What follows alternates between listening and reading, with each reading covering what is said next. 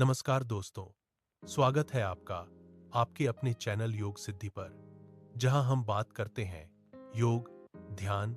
भारतीय योग परंपरा में ऐसी कई अद्भुत सिद्धियों का वर्णन मिलता है, जिन्हें अष्ट सिद्धियां कहा जाता है। इन सिद्धियों को प्राप्त करने वाले योगी सामान्य मनुष्य से कहीं अधिक शक्तिशाली और रहस्यमयी क्षमताओं के स्वामी बन जाते हैं।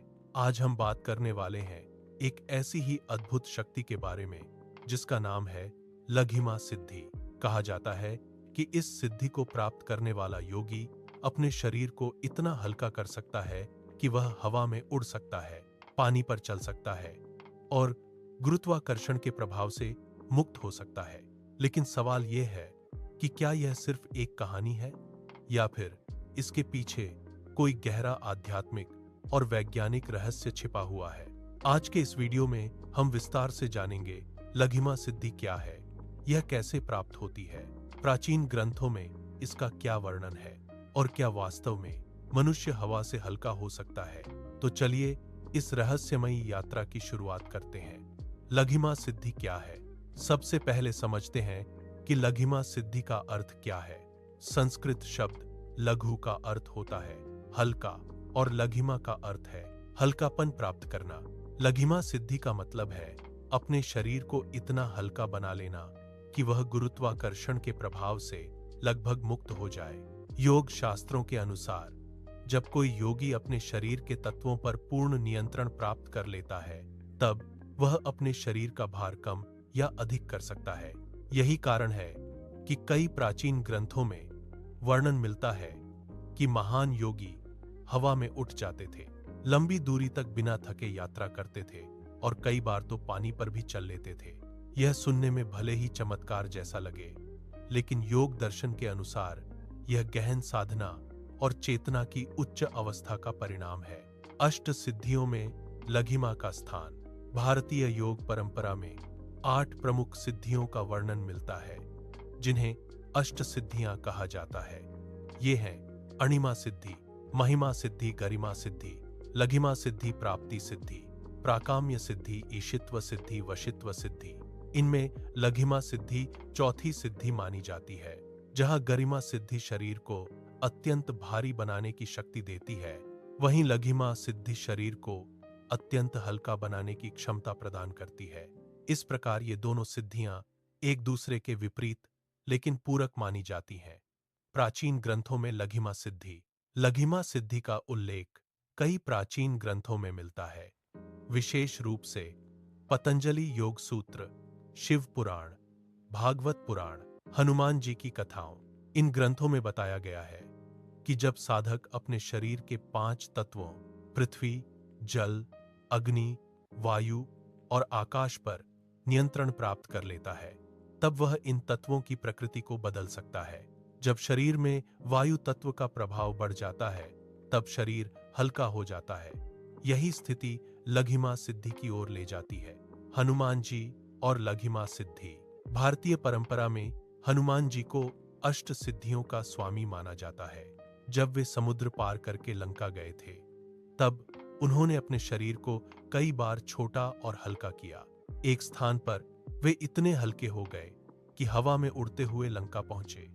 यह घटना लघिमा सिद्धि का ही एक उदाहरण मानी जाती है। इसी कारण हनुमान चालीसा में भी कहा गया है, अष्ट सिद्धि नवनिधि के दाता, यानी हनुमान जी अपने भक्तों को भी इन सिद्धियों का आशीर्वाद दे सकते हैं। क्या वास्तव में मनुष्य उड़ सकता है? अब सबसे बड़ा सवाल यह है, क्या वास्तव में मनुष्य उड़ सकता है? आधुनिक विज्ञान के अनुसार हमारे शरीर पर गुरुत्वाकर्षण बल लगातार कार्य करता है। इस कारण हमारा शरीर पृथ्वी की ओर खींचता है, लेकिन योग दर्शन कहता है कि चेतना और ऊर्जा के गहरे स्तर पर मनुष्य अपने शरीर के तत्वों को नियंत्रित कर सकता है। जब शरीर में प्राण ऊर्जा का प्रवाह अत्यंत शक्तिशाली हो जाता है, तब शरीर के भार की अनुभूति कम हो जाती है।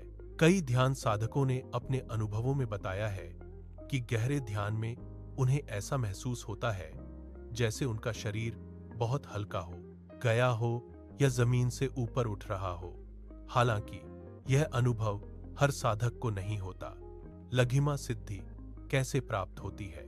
लघिमा सिद्धि कोई साधारण उपलब्धि नहीं है। इसे प्राप्त करने के लिए वर्षों की कठिन साधना करनी पड़ती है।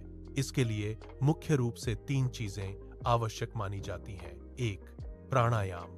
प्राणायाम के माध्यम से साधक अपने शरीर की प्राण ऊर्जा को नियंत्रित करना सीखता है। विशेष रूप से कुंभक, भस्त्रिका, अनुलोम विलोम। ये प्राणायाम शरीर के अंदर ऊर्जा संतुलन को बढ़ाते हैं।